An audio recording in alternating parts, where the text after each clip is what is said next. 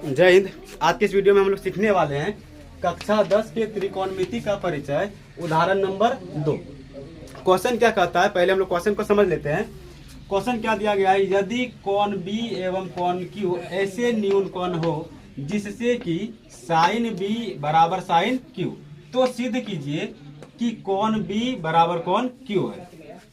हम लोगों को दो त्रिभुज में कंपेयर करने के लिए कहा जा रहा है, तो हम लोग एक ही त्रिभुज में कंपेयर करके इसका मान ज्ञात करेंगे। और इसमें मान ज्ञात नहीं करना है, सिद्ध करने वाला दिया गया है, ले लो बड़ी मार मारेंगे, ठीक है।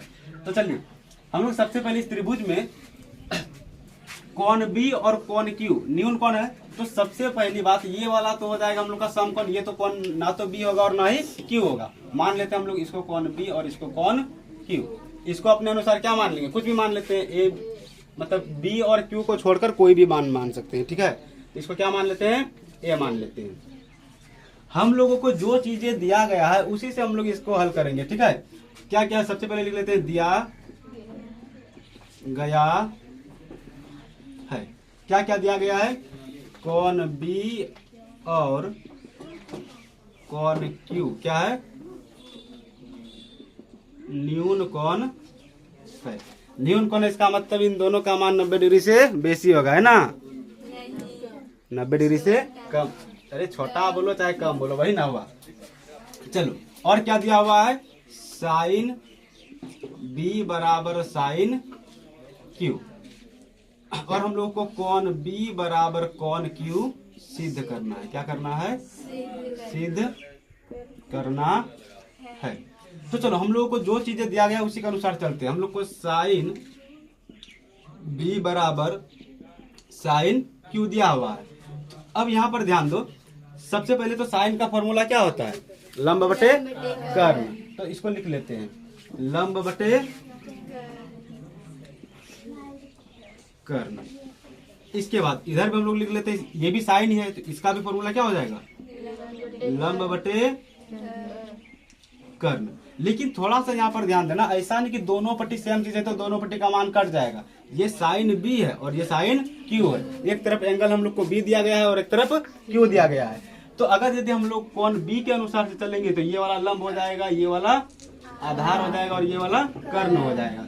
तो लंब बटे कर्ण, तो साइन बी के अनुसार से लंब क्या हो जाएगा, ए क्यू, ए क्यू। अब बटे में कर्ण क्या हो जाएगा, बी क्यू, है ना, बी क्यू। लेकिन वही अगर ये बात करें साइन क्यू, मतलब कि यहाँ पर क्यू के अनुसार से हम लोगों को चलना है, तो क्यू के जस्ट सामने वाला क्या हो जाएगा, लंब हो जाएगा, और ये हम लोग का आधार हो जाएगा और कर्ण तो सेम ही रहेगा।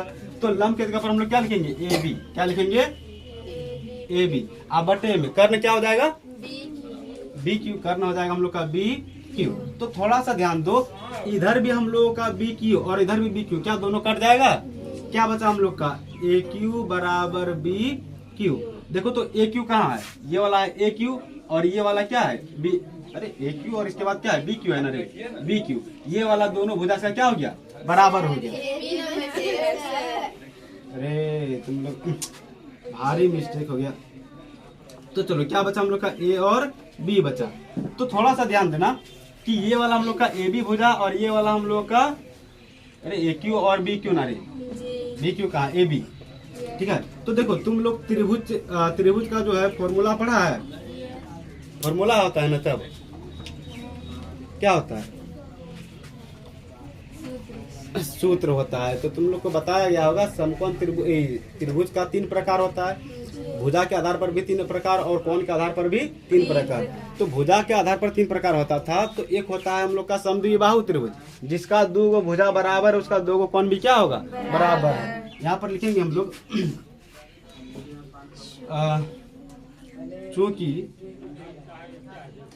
भुजा ए क्यू एवं ए बी बराबर है या फिर क्या है, समान है, यानी इसलिए कोण बी बराबर कोण क्यू।